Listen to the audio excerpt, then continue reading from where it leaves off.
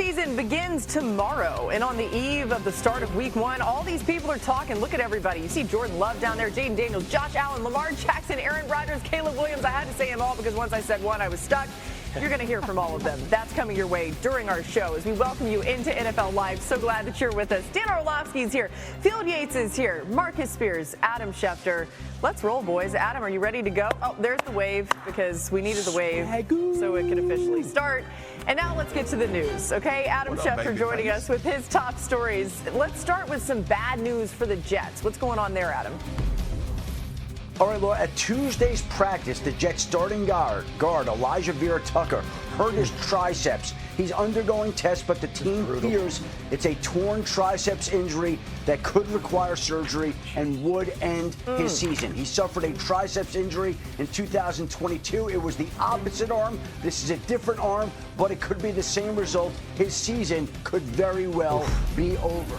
Meanwhile, the Green Bay Packers wait to see whether or not they'll have Micah Parsons on Sunday against the Lions. He's preparing to play. He's trying to play. He's prepared to take a pain-killing injection if it means that he has to do that to play. But I don't think anybody thinks Micah Parsons is going to sign a $188 million deal. Green Bay is going to give up what it did, and he's not going to play against the Lions. So look for Parsons to be out there Sunday. And meanwhile, we have our first injury report of the season with lots of little informational nuggets on there. Trayvon Diggs, good to go tomorrow night. Tyler Guyton, good to go tomorrow night. Jalen Carter, good to go. Landon Dickerson, who had knee surgery last month, is going to make it back. He is not even listed on the injury report for Thursday night's opener, so the Eagles will have their ultra-tough, ultra-talented Pro Bowl guard Landon Dickerson trying to open holes for Jalen Hurts and Saquon Barkley. That Landon Dickerson news was huge. When we heard that happen a little while ago, we were worried he wouldn't be ready for the opener. As Adam's telling you, he is. So how about this? Just over 24 hours until the Cowboys-Eagles game kicks off. It's almost here, people. The Cowboys only have 4 active wide receivers, but they each bring something different. CeeDee Lamb coming off another 100-catch season. The trade for George Pickens adds a magnet for those tight window throws. Kevontae Turpin, the best return man in the NFL last season, and Jalen Tolbert led the Cowboys in touchdown catches a year ago. Brian Schottenheimer was asked about Pickens and CeeDee playing together yesterday. I'm excited. I'm excited. I'm excited to watch those guys every day in practice.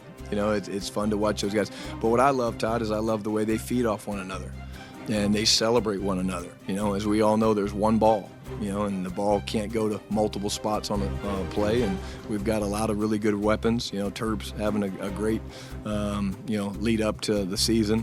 We're going to run the football. We know that. And so I'm just excited for how much fun those guys have playing the game as Cowboys.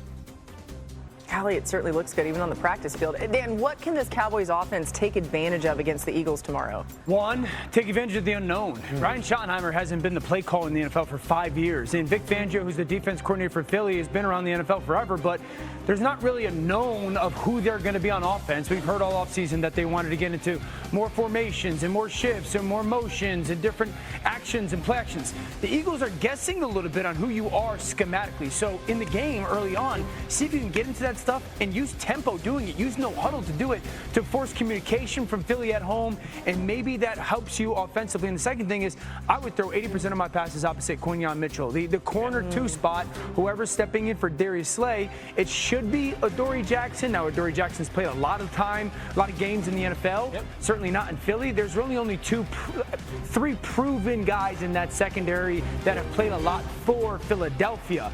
I would make sure that I'm taking plenty of shots opposite Quinyon Mitchell. Yeah, it's probably one of the best wide receiver duos that Philadelphia will see all season. It's one of the best, probably in the entire NFL right now with the addition of George Pickens. But it's an inexperienced group collectively in Philadelphia, not in terms of like actual time played in the NFL, but to your point, Dano, like this is some new faces that are going to have to communicate at a high level, which say what you want about Philadelphia's roster. Listen, there are no major roster holes for Philadelphia, but there are a couple of guys who are going to have to earn their stripes. There is no longer a C.J. Gardner-Johnson, a Darius Slay, guys who have been there, seen a lot of skins on the wall in Philadelphia. So it's a big test coming out of the gates here for that Eagles secondary. And this Cowboys offense, I know Shotty keeps talking about wanting to run the football, but I'm sitting there thinking to myself, when you got those 2 guys, like, I would take shots early. Make them earn it in the secondary.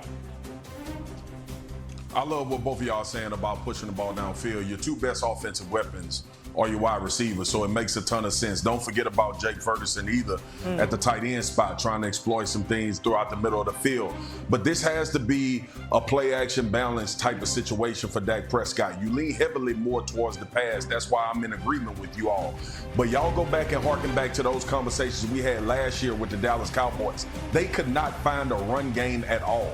There needs to be some semblance of being able to do that, especially with an offensive line now that has to be a physical offensive line, and running the football is always easier for these guys. I'm not sure how many times you want to just drop straight back against Philly, especially with Jalen Carter and Nolan Smith being up there on that defensive line for them, and Jordan Davis being able to push the pocket as well. So Smith, and you look at all of these guys that they brought in at the running back position, but more important, Miles Sanders returning back to Philly after his Super Bowl year and run that he had with them. I'm looking forward to seeing them have balance for Dak in order not only to protect him, but also open up some of those downfield shots that y'all talk about with CD and George Pickens. And we know what they want to do with George Pickens. Get him one-on-one on the outside and let him big boy a defensive back down the field.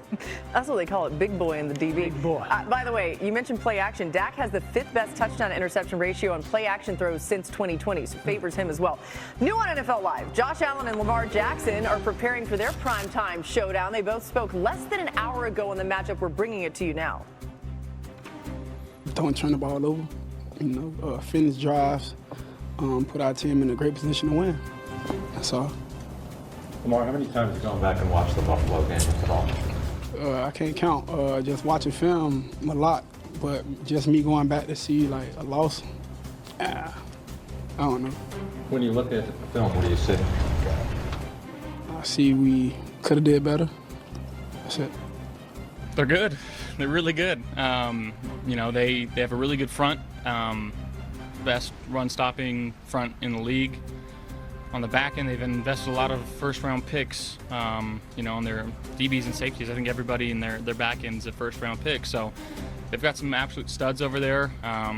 Their third down package is really hard to stop. It's hard to see.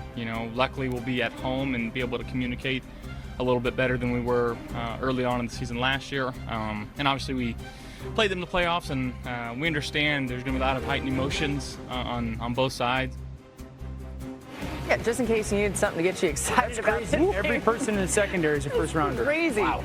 Also, a couple MVPs ready to go at it again. Allen holds the slight edge with 3 wins, including both playoff games. Jackson's numbers are slightly better, except those turnovers, as you see there. Only one quarterback has beaten Lamar Jackson more than Josh Allen, and it's Patrick Mahomes with 5. Those 3. All right, Field. When you look at this Buffalo offense, what do you expect out of the receiver group? Because that's a question mark we've had all off. Yeah, Josh Allen proved last year he doesn't need a game-changing wide receiver to win the NFL MVP. He literally did that last year. But I am curious.